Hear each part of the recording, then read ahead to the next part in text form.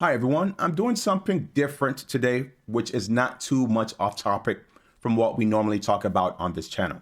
We will discuss how you can leave money for your pets if you or your loved ones pass away. This is something celebrities do quite often. So I'll share some insights and suggestions because at the end of the day, we all love our pets. Here's mine. They are a part of the family.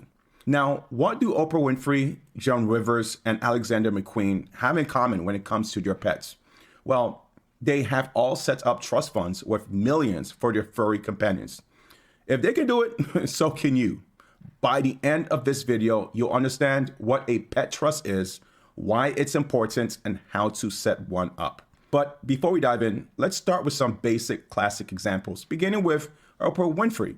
While Oprah is still very much with us, the media mogul has reportedly set aside $30 million for the care of her dogs. She's one of the most famous dog lovers on the planet and over the years has cared for more than 20 dogs. And I personally did not know this, guys. I had to do some research, but 20 is incredible. Next is Alexander McQueen. The iconic British fashion designer tragically passed away in 2010 at the age of 40. In his will, he left about 50,000 pounds, approximately between $60,000 to $70,000 USD, in a trust for his dogs, so they would be cared for throughout your lives. If I recall correctly, your names were Minter, Juice, and Cullum. Let me know what your dog names are since we are talking about pet trust. Feel free to leave it in the comments section. Then we have comedian Joan Rivers, who died at the age of 81 in 2014 following throat surgery. In her will, she left her $150 million fortune to her daughter, grandson, and 4 dogs. 2 of them, Samantha and Tegan, were rescue dogs who lived with her in her Manhattan apartment.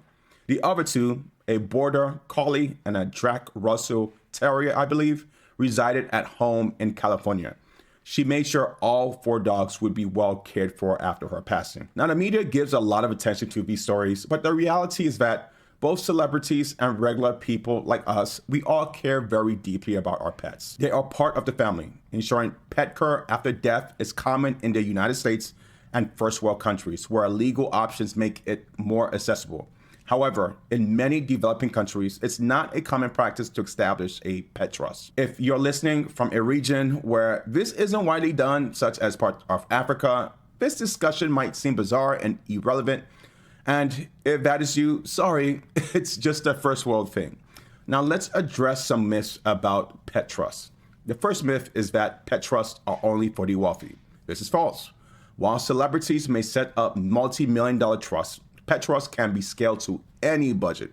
The second big myth is that family members will always step in to care for pets. From personal experience and likely from stories you have heard, you can't always count on this. Some pets end up in shelters and even be euthanized, which I have heard. So planning ahead can help prevent uncertainty, tragic, or neglect. Now let's start our discussion with what is pet trust. It is simply defined as a legal arrangement providing financial resources for your pet's care after you're gone. And this is how it works. First, funds are allocated in a trustee, and then a caregiver is assigned to ensure the pet's well-being. And also, there is mention of common costs covered by pet trusts, such as food, veterinary care, and grooming. And why should you consider a pet trust to begin with? Well, here. The most obvious answer is maybe you love your pet to begin with. At least I hope so. You want peace of mind where you can ensure your pets are cared for if something happens to you. And oftentimes, plan early, you can avoid disputes which can come from family disagreements about pet care. And I've heard or seen so many crazy things, guys.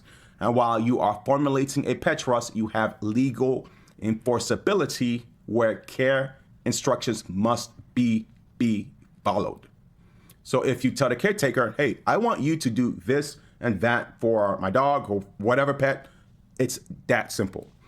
And now with these items mentioned, you have to factor in estimated costs over the lifetime of your pet, also working with a legal professional and funding the trust by allocating assets like cash or investments to cover costs. And if you have any types of questions regarding this process, feel free to reach out to me and the team. Contact form can be found below in the description. And now that I have explained why pet trusts are essential, how they work, and how you can start planning today, Using the tools available to you starting with this video, what questions do you have?